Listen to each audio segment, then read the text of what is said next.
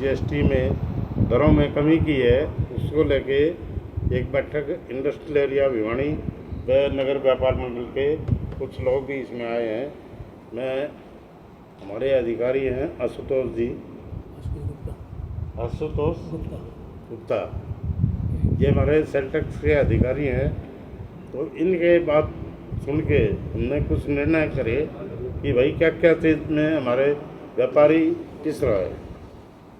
तो हमने industrial area में सबसे बड़ी बात ये टैक्स रिटर्न लेने की जो होती है, जो हमारा गैप है वो 13% है, और ये टैक्स भरना भी ज़रूरत है देश के लिए, और हमारा ये काम भी ज़रूरी है कि हम इनका तुरंत भुगतान करवाएं विद इन 30 या 60 डेज।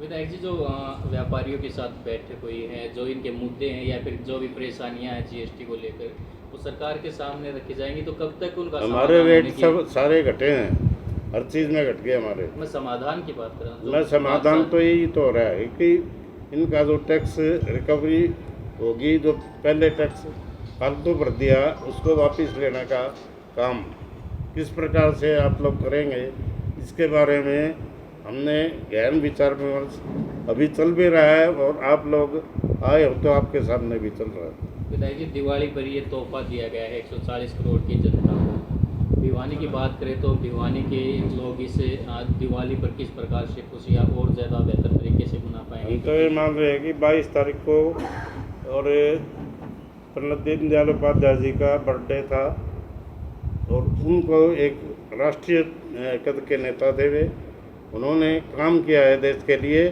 और जब कोई चुनाव में वे ब्राह्मण होते हुए उन्होंने ये कह दिया था कि मैं ब्राह्मणों के वोट मांगने नहीं आऊँगा, वे चुनाव हार गए इस मुद्दे पे। तो ऐसे व्यक्तित्व के जो अंत्योदय का विकास करना उनका लक्ष्य था, सरकार आज उस मुद्दे पे आगे बढ़ रही है, और केंद्र सरकार ने जीएसटी की दरों में भारी कमी करके हमारे व्यापारियों को, हमारे साथियों को उन्नति का मार्ग उनका प्रशस्त किया है। लेकिन जो कुछ लायबिलिटीज जो रह जाती है सरकार के खाते में टैक्स रिफंड की, वो जल्द से जल्द होगी, इसके लिए हम प्रयास करते हैं। विधायक जी, सरकार ने टैक्स माफ किया जीएसटी के माध्यम से, लेकिन कुछ इंटरनेशनल कंपनियों ने अपने दाम जो है तुरंत बढ़ा दिए। उसके बाद अच्छा है, मैं तो ये कह रहा हूँ कि विदेशी वस्तुओं का खरीदना बंद करें सब लोग। स्वदेशी के ऊपर जब तक हम नहीं आएंगे हमारे को दिक्कत पैदा होगी। आगे भी हम चाहते हैं कि स्वदेशी वस्तुओं की खरीद फरोख्त करें। भिवानी में स्वदेशी अपनाने के लिए या फिर जो स्वदेशी एक तरह से करें कि जो ज़्यादातर जो महिलाएं हैं जो स्वदेशी काम करती, चाहे पापड़ बनाने की बात हो, चाहे एक पेपर बनाने की भी बात हो, तो वो करती हैं, तो इसको आगे बढ़ाने के लिए क्या कुछ कार्य किए जाए? हम उन महिलाओं की आर्थिक रूप से मदद कर रहे हैं जो सेल्फ अपना काम कर रही हैं, और आज महिलाओं के लिए एक 4 लाख ड्रोन दीदी हम बनाने का लक्ष्य अपने रखा है, जिसमें से 1 लाख बहनें ड्रोन दीदी बन गई हैं, और आने वाले समय में इस लक्ष्य को हरियाणा सरकार जल्द पूरा करवा देगी। विधायक जी, दिवाली पर जब से जीएसटी लगी थी तो रौनक काफ़ी कम देखने को मिली। अब की बार क्या लगता है दिवाली पर? अब तो 22-23 तारीख से आप देखेंगे तो एक दिवाली शुरू हो गई है। 22-23 तारीख से इतने वाहन बिके हैं जिसकी कोई हद नहीं हो सकती, क्योंकि प्रत्येक व्हीकल में 1-2 लाख से लेके और मोटरसाइकिल में 15,000 तक का टैक्स की रिबेट हुई है, जिससे लोग लाभान्वित भी हुए हैं। और जो कंपनियां पीछे सुस्त साल से चल रही थी उनमें तेजी आने की संभावना भी है। काम तेज होगा और दाम कम होगा। विधायक जी, लाडो लक्ष्मी योजना से क्या लाभ है? इससे तो पूरे समाज को लाभ है। ये हमने 25 तारीख को हरियाणा सरकार ने लागू किया है, और करीब 22 लाख महिलाओं को इसका सीधा लाभ मिलेगा। 2100 रुपये पर महीना हम उन महिलाओं को दे रहे हैं जिनकी परिवार की इनकम 2 लाख से कम है, 1 लाख से कम है। ऐसी बहनों को हम ये इस योजना में लिया गया है, उस परिवार की चाहे एक महिला हो, दो हो, तीन हो, उन सबको अलग अलग 2100 रुपये देने का लक्ष्य निर्धारित किया गया है। कम से कम जल्दी ही 25 अपने नवंबर महीने से हरियाणा के बर्थडे के समय हम इस योजना को लागू करें।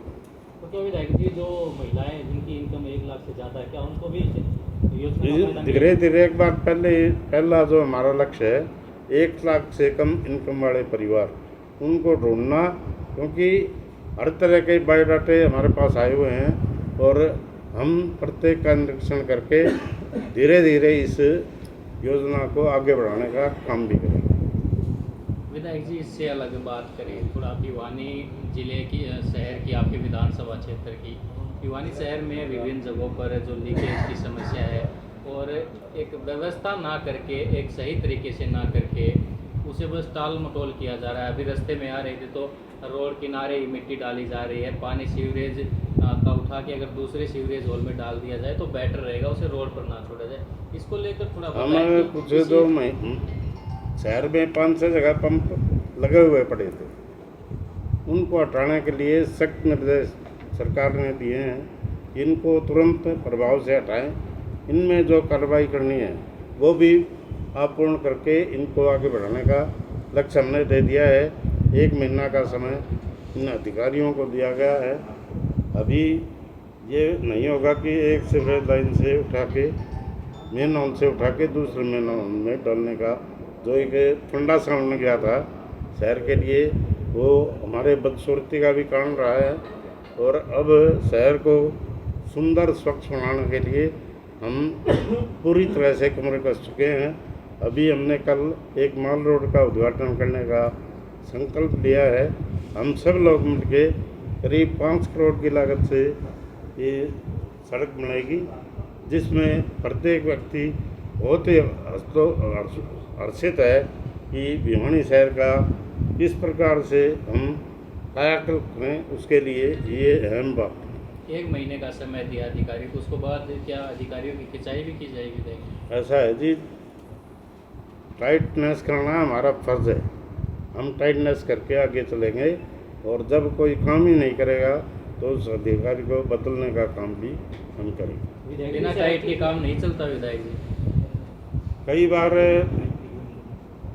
कई बार ऐसी अवस्था में हमें काम लेने के लिए कुछ धमकी भी देनी पड़ती है और जब काम पूरा हो जाता है तो उनको शाबाशी भी देनी पड़ती है। विधायक जी, अपने भिवानी की बात करते हैं, भिवानी में जो पुल है उनका काम शुरू तो हो रखा है, लेकिन कीड़ी की चाल चल रहा है, तो लोगों को काफी एक पुल तो अपना दिनोद गेट वाला दिनोद रोड पे सीधा निकलेगा, वो अगले 7 दिन में तैयार होने वाला है।